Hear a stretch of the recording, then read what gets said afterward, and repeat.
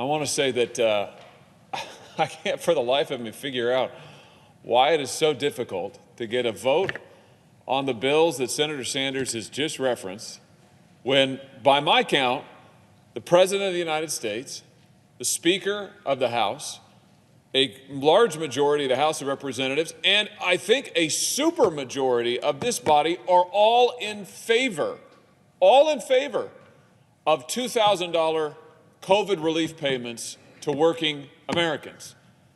Now, we've had some back and forth on the floor today about how we got to the level of $2,000. We all know how we got to that level. The President of the United States said that's the level he supported. The number originates with him. This is the number that he has asked for, and the House adopted it. And a majority of senators have said already publicly that they support it. And yet we can't seem to even get a vote on it. We can't even seem to have debate on it. I mean, with all due respect, this doesn't seem to me to be a Republicans versus Democrats issue. This seems to be the Senate versus the United States of America. And I just don't understand it. And I'm willing to bet that the American people don't understand it either. I mean, here we are in the throes of the worst pandemic in a century that working people have borne the brunt of. And all that we're asking is that those working people be first in line for relief, and that they be given meaningful relief that is only approximately commensurate with the hardships that they and their families have borne. Now, I hear a lot of talk about how we can't afford it. I do notice, however, that we seem to be able to afford all kinds of other stuff. We can afford to send lots of money to other governments. We can afford to send all kinds of tax breaks and bailouts to big corporations. We can afford to spend enormous sums of money on pork, hundreds of billions of dollars in that last bill on pork, hundreds of billions.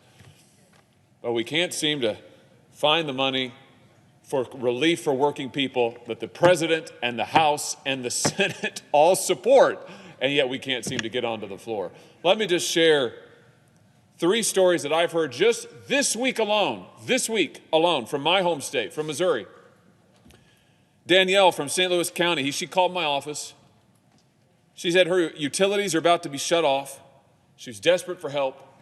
She said a $2,000 payment would go a long way to help keep the lights on in her house warm. I heard from a mother in southeast Missouri, that's the boot heel of my state. She wrote that her son had lost pay because of his company cutting back hours because of COVID, and that he had himself contracted the virus, and so he'd had to be home, and he was missing work, missing shifts. His family can't make it paycheck to paycheck. His husband, her daughter-in-law, is donating plasma in order to help earn some extra grocery money.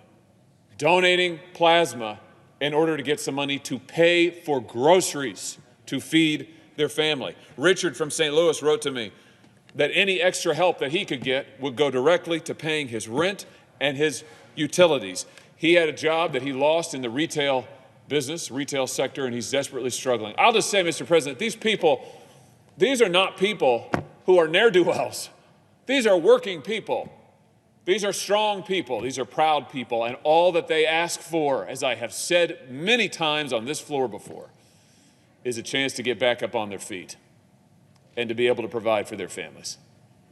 And I can't for the life of me understand why we cannot get so much as a vote on these bills. And so for that reason, Mr. President, I do not object. In fact, I enthusiastically support the measures that Senator Sanders is trying to bring to the floor, and I'd vote for them both if we were given the opportunity.